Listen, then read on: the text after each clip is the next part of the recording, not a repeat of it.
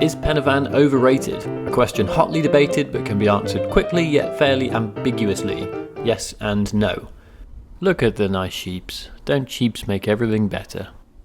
If you're an experienced outdoors person and like to be alone whilst outdoors, then the route from Pont d'Arf, the main footpath from the A470, and sorry for the pronunciation, definitely is overrated. It's crowded, fairly monotonous, and the view is better from the other side. But if you're not experienced and you want an easier route both in fitness and navigation whilst being surrounded with those who could possibly help you out if needed, then no, definitely not overrated. However, if you still want to walk to the highest point in South Wales without the crowds, there are other options, one of which I'll be walking today. But this is where this place comes into its own. So this is a car park just shy of the Nueth reservoirs, or sort of where they used to be, because they're a bit dried up these days. It's a Friday, so it's not as busy as it could be, but there are about 4 cars in that car park, whereas in the one we went to before by the Story Arms, there were at least 40 or 50. And it's a bright blue day, blue sky day, perfect conditions, and there's no one here. And it's a much nicer walk. So you can see this is pretty much our only ascent of the day. So you wander along here towards where the reservoirs used to be. You can see Pen y Fan in the distance there with Corndy, and there is our ascent. You go all the way around via a ridge line and then all the way back.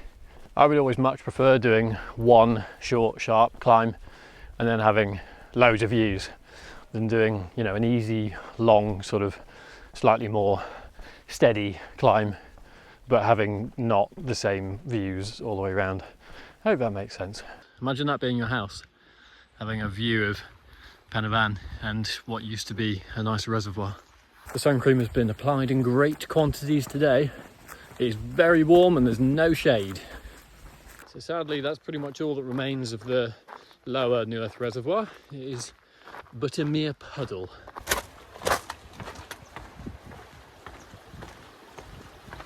You can see there is quite a nice path here now. It goes all the way up. But the first time I did this, it was just a boggy, rutted mess.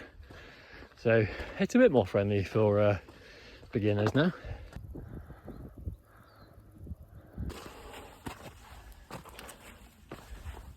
You guys have got the right idea there. Also, there's the Sugarloaf there. So that's Abergavenny. And then Black Mountains over there.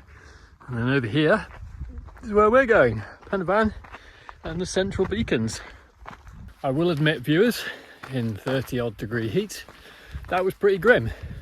I'm more sweat than human. And when you sit still to have a rest, you get warmer because there's no breeze and you're not moving. But no matter, we're on the move.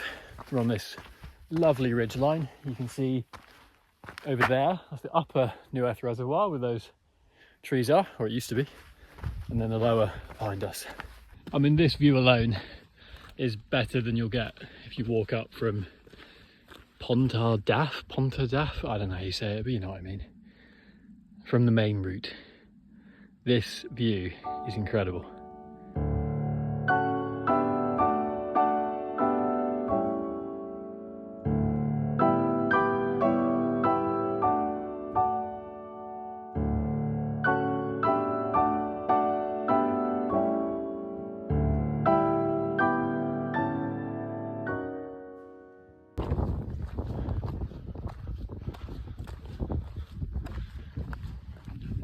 At the moment, viewers, I cannot see a single human being.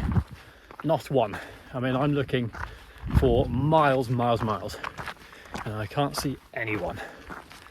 If you want to come up here and be by yourself with these views, come on a weekday, get in nice and early, enjoy. There's quite a drop here. Can't really see that well because it's all green, but you don't want to go off there. Oh, here we go. You really don't want to go up there. And that's where the path is. Path, death. Path, death. We're getting closer to Pen y Fan as well. When it starts getting a bit wider like this and going ever so slightly uphill, then you know you're getting close and you can see it. So that was a ridiculous thing to say because it's right there. So if you were to go up the main path, this is what it would look like. Pont d'Arf.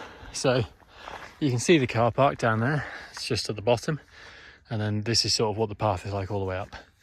The views they're okay, they're good, but they're not as good as this way. I mean, look at that. I've had this view all day, and I'm going to have it for the rest of the day. I think I might have found the only shaded spot on the whole hill. Everyone sat right at the top, like right in the sun, and it's alright for 5 or 10 minutes, but you start to get burnt quite quickly. Because here, there's a few flies, but perfectly in the shade. Turn you around, look at that. Amazing view. Now to drink lots of water and eat lots of grapes.